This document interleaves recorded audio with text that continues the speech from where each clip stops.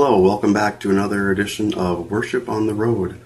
My name is Jansen Steffen. I'm a worship leader here at Flame of Faith United Methodist Church in West Fargo. Today we're going to be talking about why so many denominations. And it might come down to people can't get along, people like to argue, people want what they want, when they want it. And people also have a passion for their faith. When I first realized there were denominations, I was probably in middle school, and I had been raised ELCA, Lutheran, and I had some friends who were Catholics. I remember on Wednesdays they said, we can't get together on Wednesdays because we have to go to CCD. I said, what is CCD? I've never heard of such a thing.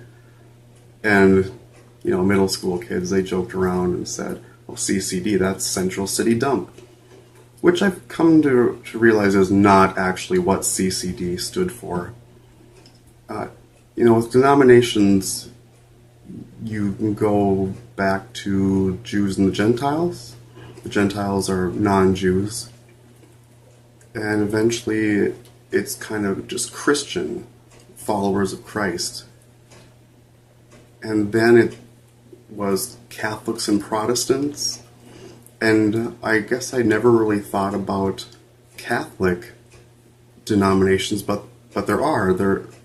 there's Eastern Orthodox, there's Greek Orthodox, there's all sorts of different denominations, variations on a theme, if you will.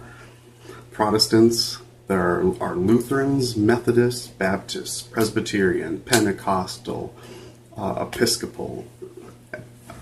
I'm not sure which side Anglican goes on, but so many different denominations.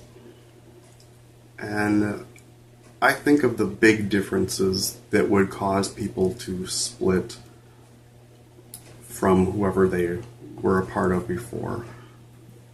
I think about beliefs, the theological side.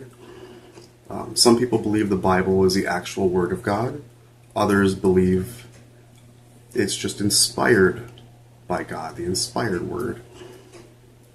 Some say we take it literally, exactly the way it is in the version that we go by. It just versions alone. There are so many different translations. And do we take into consideration cultural things when we think about the Bible? Or is this exactly the way it was, and that's the way it is now? Communion. Some people think they believe it's the actual body and blood of Christ when blessed by their pastor, minister, priest, whatever. Or some believe it turns into the actual body and blood of Christ when it enters your mouth. Others believe that it's symbolic. His body is a bread, his blood is this wine, and we're doing this as remembrance of the Last Supper. I think the second category of differences for denominations is practical, or I like to think style.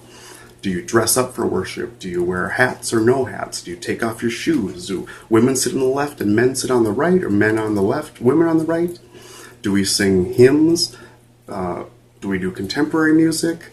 Do we do both? Do we have a rock band? Do we have a big pipe organ? And all these things, whether you think they're a big element or a little element of your faith, they've done enough to rile up somebody to split away from whatever denomination they were already with. So I hope that's given you something to think about with denominations and why you believe what you believe and why you practice it in worship or lifestyle the way you do. Wherever you are, I hope you're safe and having good travels. Have a fantastic day.